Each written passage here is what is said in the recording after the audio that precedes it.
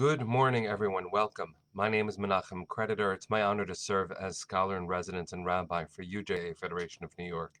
We bring you Torah and music, blessing, and community every weekday. We've been doing so since March 18th, 2020. Today it is March 27th, 2025. That's more than 5 years of Torah every single day, of finding each other every morning just to say good morning, to learn Torah, to see friends, to know that we can build community and face the world as a strengthening group. Meirav, it's good to see you. Janice and Benzi, Boker Tov. Peter, sending love to Mallorca. Rosa, sending love to Malta. It's good to see all of you. Arlene, sending love to New York. Hineni. Tara and Linda, sending love to Florida. It's good to see everyone who's here. Michelle, welcome, my friend. Joyce and Barbara. Deborah, sending love to Ohio. Jacqueline, good morning. Hi, Sunday. Joyce and Jonathan, Boker Tov. Hi, Helen. Let's say good morning to a few friends that we're going to get started. Shari, day 10 in the hospital, sending you healing. You still have pneumonia and you're waiting results. We are sending you strength. I'm sending you blessing. Shalay and Corinne, good morning. Barbara, Judy, Rose, good to see all of you. Let's take a breath. Hi, Rebecca. Hope you're well. Singing a bracha, we're going to learn some Torah. First, here we go. Stan, sending love to you and Diane in Japan.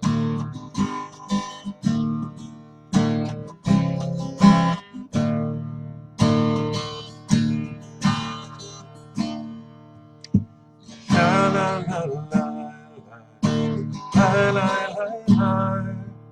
La la la la la.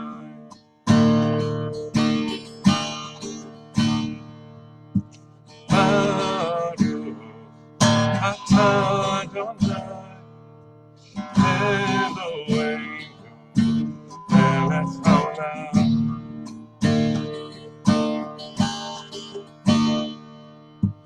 Asher kiddushanu b'mitzvotav v'tzivanu.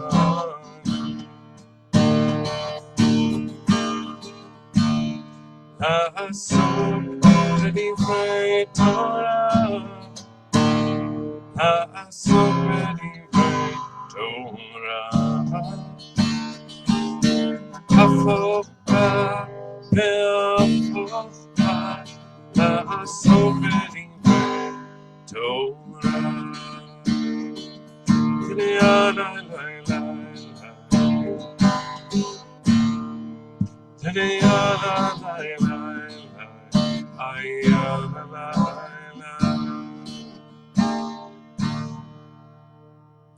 All right, good morning, everybody.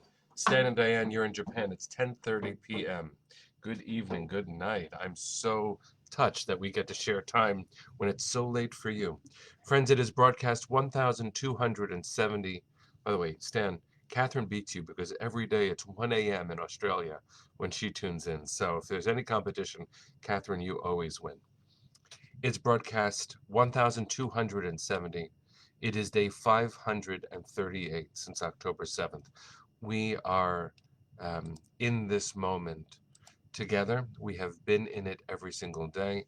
And I wanted to begin today's broadcast with my dismay that the Times of Israel, which reflects the Jewish world and especially what happens in Israel, for the first time does not have any top headlines because it's reflecting the actual political situation in Israel. None of the top headlines mention the hostages. And I think it's our responsibility to call that out. Not because they are misreporting, but because it seems like the government of Israel is deprioritizing our loved ones. And so I would ask all of you, friends, to make your voices heard, to post more about the release of the hostages, which we need to see happen, which they need to see happen, which their families need to see happen than you have before. I'm going to focus on the Parsha, but I also definitely want to point out how the shifting conversation, as reflected in the most trustworthy news in the Jewish world, which is the Times of Israel, how the shifting priorities calls us, as Rosa is saying, to keep them visible. So if you haven't posted about the hostages in a long time, go to Bring Them Home Now on whatever social media platform you find yourself and repost what they are posting. Amplify their voices. No one will be more attuned to the actual needs of the moment than they will, and we are called to amplify their voices. So, friends, I hope that you'll do exactly that. If you take nothing else from today's broadcast, please scream to the heavens, shout on social media, call your elected officials in what Rachel Goldberg Poland in the first month of the war called a mosquito campaign. Keep on making little bites until we see the world change for the better, for the sake of those still in darkness. Everything today is for their sake. Everything. Here's a little bit about this week's Parsha. Parshat Pekudei, the very final Torah portion in the book of Exodus, is a complicated one because it remains so enmeshed in the details of constructing the Mishkan. We continue to talk about the lapis lazuli, the gold and the silver, so much so that the minute details in this week's Parsha include the sockets and the hooks that will hold the frame of the Mishkan itself. Those will be made with the donations of the Israelites, everyone giving a half shekel. And I wanted to give a shout out to one of the greatest Torah teachers alive today, Rabbi Tali Adler, who's one of the educators, one of the rabbis at Hadar. She's a graduate of Yeshivat Maharat, and she is the featured on the podcasts and on the written stuff from Hadar, the featured commentary on the Parsha. Every week they distribute her drashot. She gave what I believe is one of the most profound comments on any Parsha that I've ever heard this week on this Parsha. And I'd like to share what I can of her teaching today. She points out that this half shekel donation that we all make is similar to when we gave of ourselves for the construction of something else. She begins with a framing that so often we try to hold on to our loved ones that we've lost. Sometimes we wear pieces of jewelry or clothing that was theirs. Sometimes we highlight that a piece of furniture we got from them. We name our children often in memory of people, and we hope to bless the next generations with the names and values of the past. This is part of our anxiety around loss, and it is human and natural, completely understandable. But it is also the case that a person lives once. Even if you believe in Kabbalistic notions of Gilgul, of reincarnation, it is true that we live once. And future generations deserve the right to be who they are. They are not meant to be the embodiments of the past. We are who we are. Isn't it interesting, though, that when we become nervous about loss, we do strange things, similar, friends, to when we, our ancestors, were standing at Sinai and Moshe, the one who we needed, disappeared into the clouds, invisible to the eye. We gave of ourselves to create something out of our nervousness. Give us a totem, give us a physical thing, because that man who we now know is gone, or we don't know where he is. We need something to replace him. Loss makes us anxious. And so in that moment, we and Aaron make a golden calf. In this week's Parsha, this is where Rabbi Adler's drash begins. We give of ourselves, and we are represented through the half shekel we each donate by what it's turned into. It's not turned into a golden calf. It's not even turned into a central fixture of the Mishkan, of the tabernacle. We weave ourselves literally into the hooks and sockets, the framing of the sacred. And it is a beautiful teaching because the anxiety around both the death of others, our loss of them, and also our own mortality, this desire to last and for the past never to go, it's understandable, but it's inevitable. Facing loss, facing death, recognizing that it happens and we can't stop it. is a really important part of growing up and taking responsibility not only for our own lives, but for the world around us. We will only have as long as we have. What do we do in the time that we have, and how do we try to make a lasting impact? Rabbi Adler points out that we, in the Torah portion, that often is misunderstood by people like me because it's so detail-oriented, we weave ourselves into the framing of the future. We are not the content of it.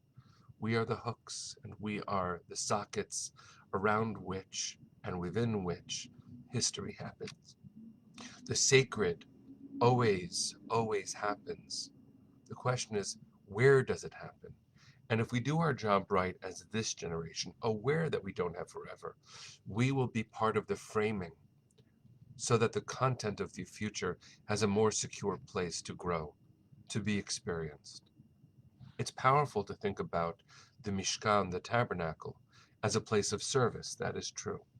It is also something that will outlast us if we do our jobs well.